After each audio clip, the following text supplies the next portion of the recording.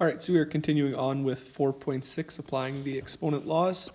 Again, basically this section is just taking everything we know so far and putting it together, as well as going back to different rules you learned last year here with everything on how to deal with exponents. So we worked through these examples yesterday. You should have finished up with these side questions yesterday. We are going to carry on from there. So as we're going through this, try to stop the video, pause it whenever I ask you to pause it, go through the question on your own, and then hit play and continue and check your work. So this first one here, again, we see that we have some like bases, so our x's are the same, so we go to our product of powers, and that rule was that we can add the exponents together. Same thing with our y's, we could add our exponents together. So x to the power of 3 plus 2, that would give us x to the 5, and our y to the power of 2 plus negative 4, 2 plus a negative 4 would give us negative 2. Okay, so again at this point, remember we're not allowed to leave things with a negative exponent. So in order to get rid of that x to the 5 is going to stay on the top, and our y squared is going to be on the bottom. Now what actually went on there is we said, okay, y is the same as y over 1. So if we have that raised to the negative 2, to get rid of that negative 2, we'd go 1 over y squared. Bringing that exponent in, we'd have 1 squared over y squared, which is the same as 1 over y squared. So if we come back over here, using that logic, we would have had x to the power of 5 times 1 over y squared, which is the same as x to the power of 5 over y squared. So that's all the work that we did, but we can just get in the habit of dropping that y to the negative 2 to the bottom in order to make it a y squared. Okay, the next question here. Same thing, same idea, except we have a number involved. You treat the numbers the same way, you kind of do them separately. So in this case, I would go 10 divided by 2, which would give me 5. I'd look at my a's. Because we're dividing, we're going to subtract the exponents. So it would be a to the 5 minus 2. Okay, and we took that from our exponents. Our b's would be 3 minus a negative 2. I like to put that negative 2 in brackets. We're less likely to make a mistake as we type those in or just think about them in our head. Our next step, so we'd have a to the third, 3 minus a negative 2. That's the same as adding the opposite, which is 3 plus 2. So we'd have b to the power of 5. At this point, all are positive, so we're good to go. That question is done. So I want you to pause the video and try to work through 2a and b over here. Once you've tried one of them, you can hit play and I'll go through the solution. With this one, we compare our, so again with this one, we look at our like bases. So in this case, our m's, and then we do our n's. So we'd have m to the 4 plus 2, again adding those exponents because we're multiplying the numbers. And with our n, we'd have negative 2 plus 3. That would give us m to the power of 6, n to the 1. Again, we don't usually write that 1 as an exponent. That's the same thing as just n by itself. So m to the 6 over n would be the best way to finish that one up.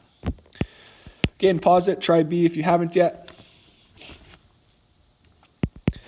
Okay, so for b, again, we're going to treat our numbers separately. Now this one's a little bit trickier because those numbers don't divide evenly. We actually end up with a fraction, but that's fine. We just leave it as a fraction. So I'd have 6 divided by 14, which we would simplify down to 3 over 7.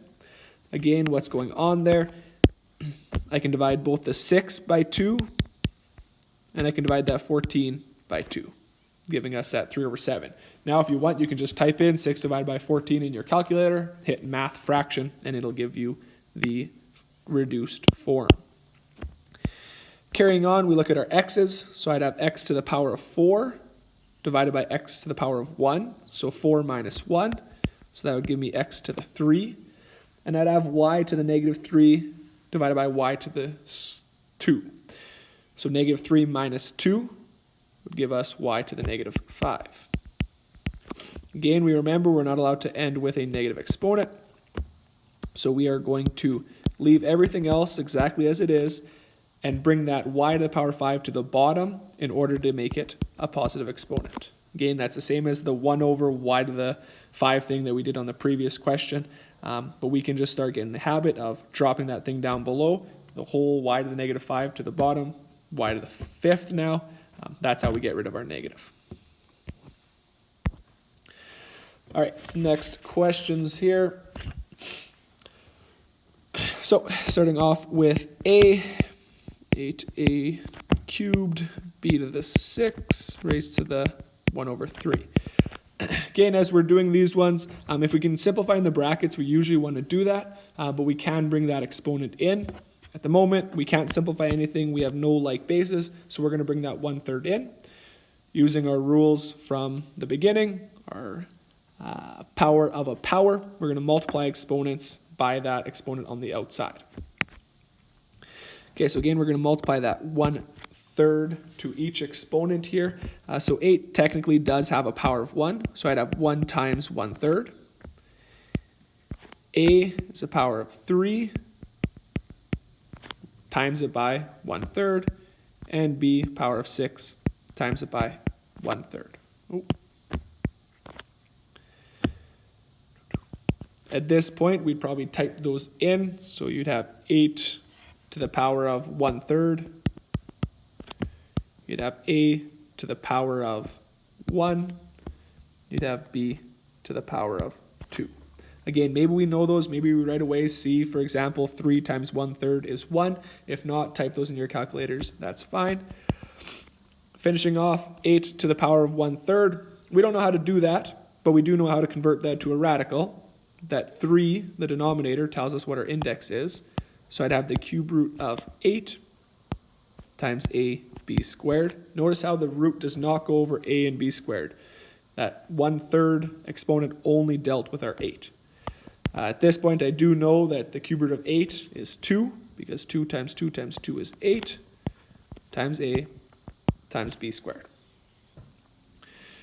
Okay, so for b, a little more straightforward, kind of like the previous page. All we have to do, since we have like bases, is add those exponents. Same thing with our y's. So I'd have x to the 3 over 2 plus 1/2, y to the 2 plus a negative 1. Again, maybe we know these, maybe we got to type them in our calculator, but 3 over 2 plus 1/2 would give us 4 over 2, which would simplify down to 2. And 2 plus a negative 1 would just be 1, so we can leave it like that.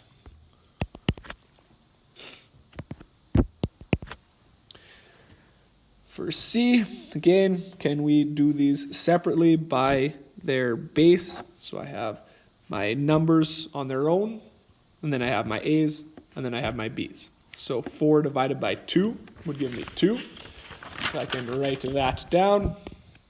A to the negative 2 and a to the 2. Again, we're dividing, so we're going to subtract those exponents. So it'll be negative 2 minus 2, which would give me negative 4. A to the negative 4. And B, I have 2/3 minus 1/3, so that would give me B to the 1/3. Again, maybe we can do that in our head, maybe we have to go to our calculator. At this point, we're reminded we never want to leave a negative exponent, so I'm going to take the reciprocal of that. So our positive exponent things stay on the top, and our negative drops to the bottom. For D here, again, if possible, we can reduce things in the brackets. We could also bring that exponent in right away. It's kind of up to you, but I would simplify first. So I can go 100 divided by 25, which would give me 4. With my A's, I have a to the power of 1 over a to the power of 5. So I have 1 minus 5, which is a to the negative 4. And our B's, we don't have anything on top, so we just leave the bottom as is. Not forgetting that that whole thing was raised to the power of 1/2. At this point, we use our power of a quotient rule, okay, as well as kind of our power of a product rule from that first page again, where we bring this 1/2 into each of these multiplying each exponent by that 1/2. So I'd have 4, again 4 has a power of 1 times 1/2.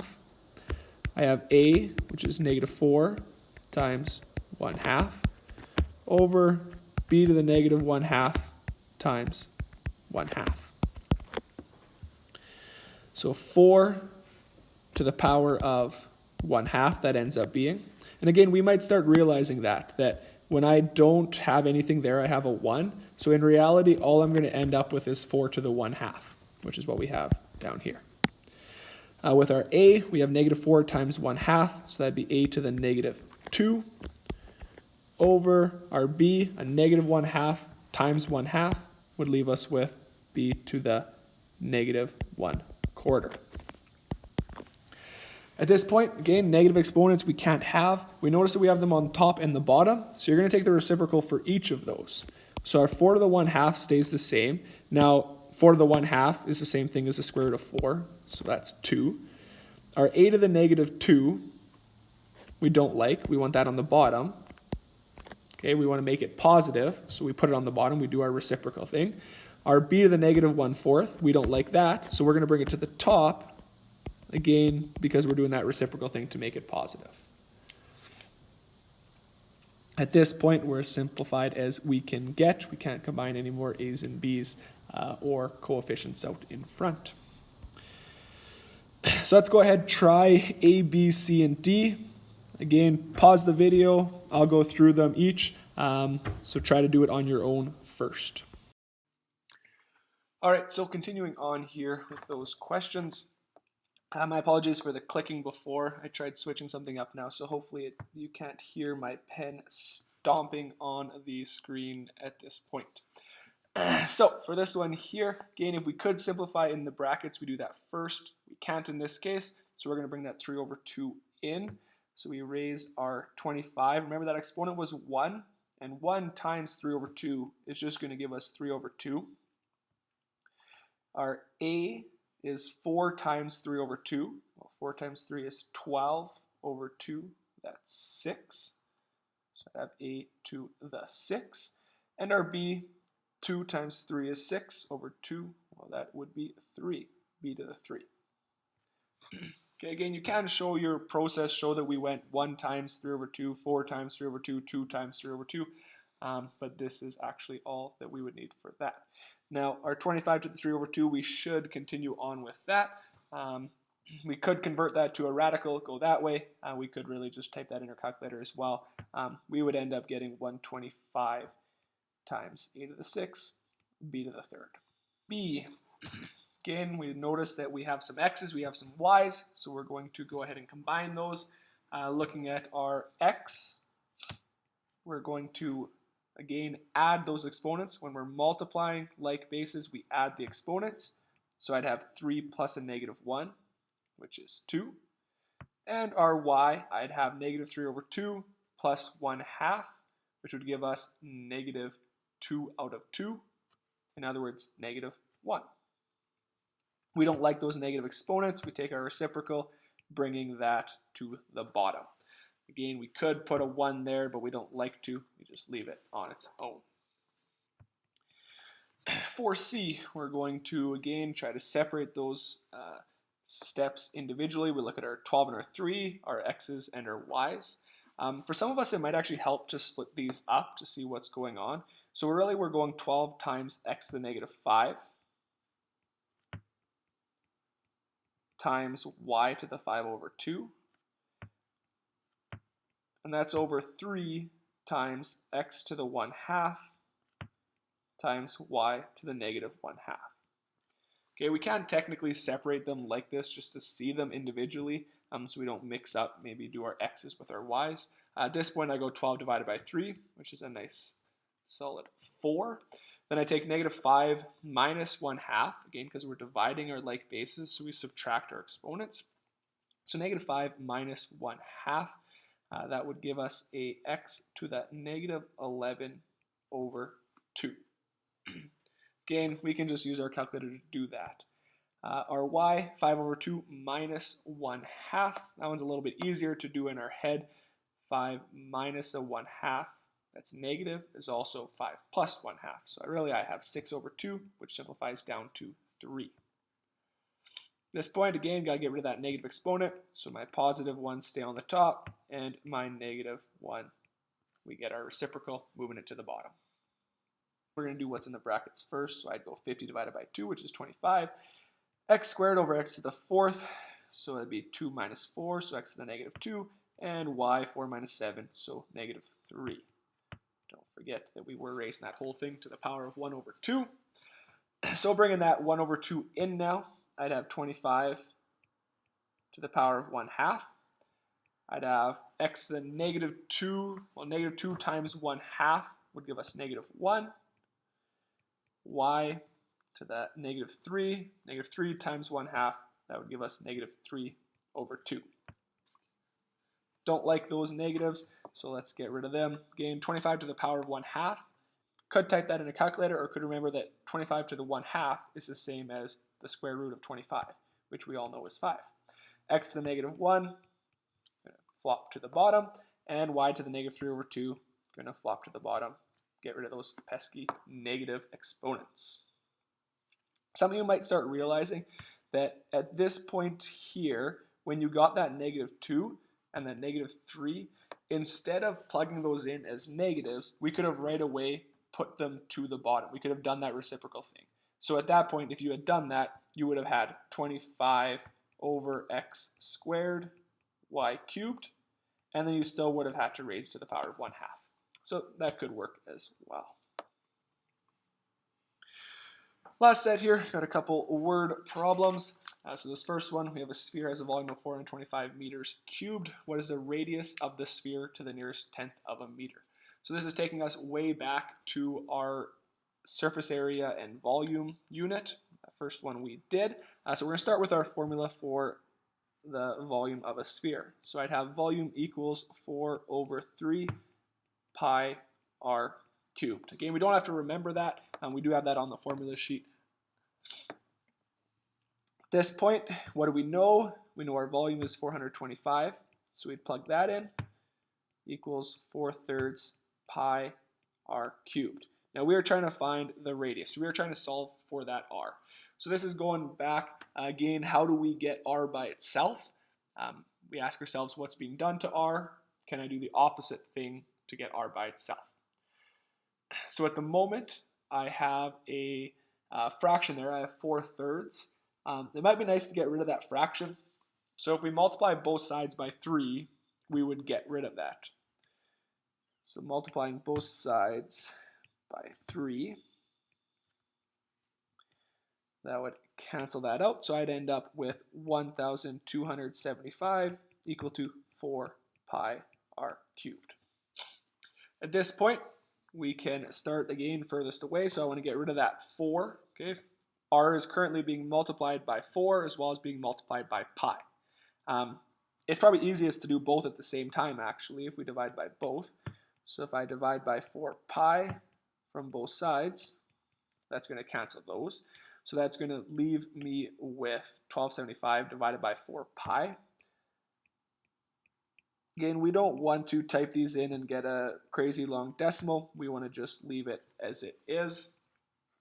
At this point, it's r to the power of 3. What is the opposite of that? How do I get rid of r to the power of 3? We could go to cubing it. In this case, that's probably the easiest thing to do. Cubing is also the same as raising to the power of 1/3.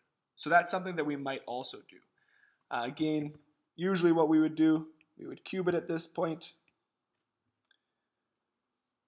So I'm left with the cube root of 1275 over 4 pi equals r. Now we have everything done. This is the point where we would plug that into our calculator.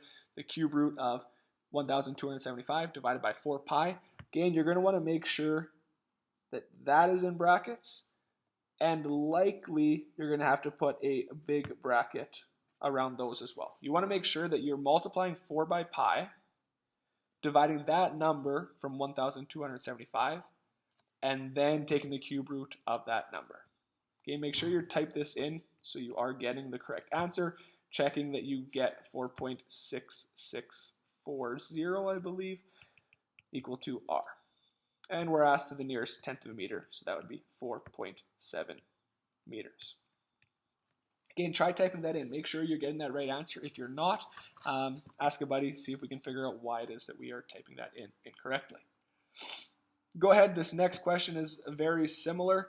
Maybe I'll give you the formula first. We are working with the cone, so volume equals pi r squared h over 3. Try doing this question on your own, and then again hit play, walk through, see if you got what you were supposed to get. A cone with a height and radius equal has a volume of 18 centimeters cubed. What are the radius and height of the cone to the nearest tenth of a meter? Now, we know our 18 for the volume, and we have pi r squared h over 3. But we don't know r and we don't know h. So we have two variables we don't know, which makes things pretty difficult. How we get around that is because the question says height and radius are the same.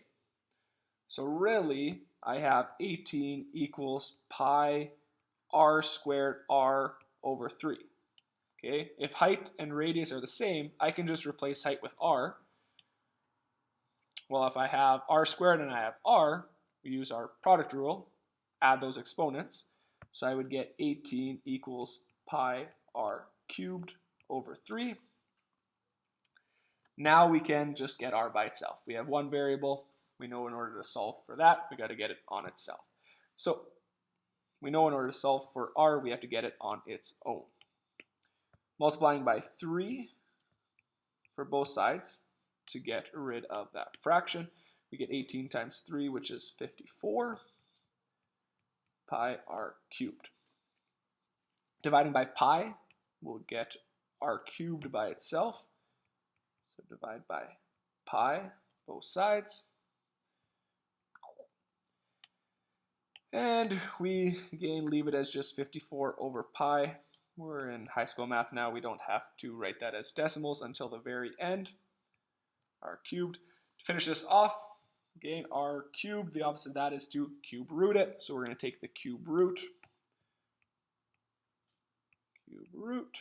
and we would then type it in, see what we get.